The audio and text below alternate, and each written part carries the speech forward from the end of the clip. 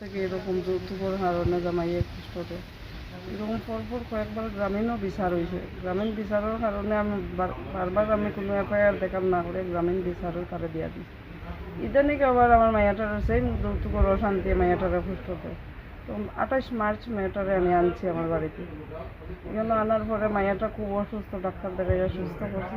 সুস্থ করার পরে 18 এপ্রিল আমার বাড়িতে, আর কবে ছুটি নিয়েছে না নিয়েছে কিচ্ছু আমি জানি না। 18 এপ্রিল বাড়িতে এই আমার মাইয়াটায় ফার্স্টে বলছে তোমার মোবাইলের লকটা খুলিয়া দাও, আমি তোমার মোবাইলটা দেখি। তখন তার মামা না কেউ সঙ্গে আছে, মামারও বিনতি করছে, মামা আপনার বাইকনার মোবাইলটার লক খুলে দিতে পারবেন। যখন ও মোবাইলটা হাতে নিছে তখন আমার মাইয়ার এক হাতে ধরছে আর এক হাতে ধাক্কা মারিয়া বিছনার মধ্যে ফেলে থাপ্পড় দুইটা দিয়ে মোবাইলটা হাতে নিয়ে চুপচাপ ঘর থেকে বাইরে যাবে। তখন আমি রান্নাঘর থেকে বাইরে কইছি বাবা তুমি কই যাও, বলে আমি যাইলাম গে।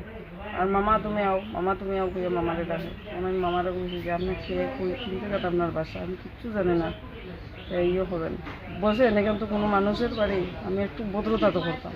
তখন জানালার বাইরে দাঁড়াইয়া রয়েছে আর মামা ভিতরে। তখন আমার মাইয়াটায় বারবার খালি কইছে যে মামা আপনার বাইকনার এখন একটু মোবাইলটার লক করিয়া দেওয়ার লাগে, আপনার মাইয়ার বাইকনার চোখের থেকে খোলাফান আমি দেখাইয়া দিব।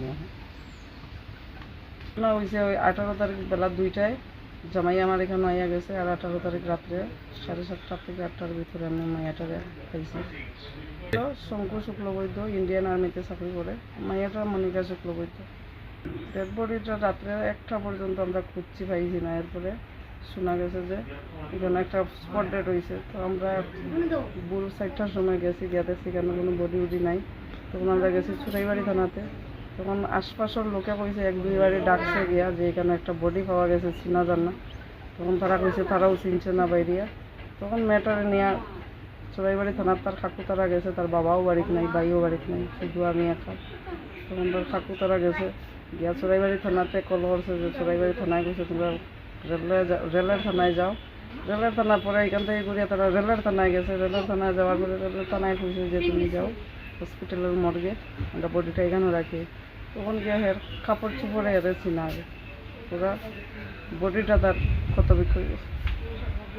আমি স্যার এখন উচিত শাস্তি চাই, আর কিছু চাই না, শুধু তার শাস্তিটাই চাই। আমার আগে একটা মাইয়ার জীবন ধ্বংস করছে, এটাও বিয়ার পরে মাইয়াটারে টাকা পয়সা দিয়া ডাইভোর্স করছে। তখন আমার মাইয়াটার জান শেষ করছে, আরও কত মাইয়া তার পিছনে লাগিয়ে আছে।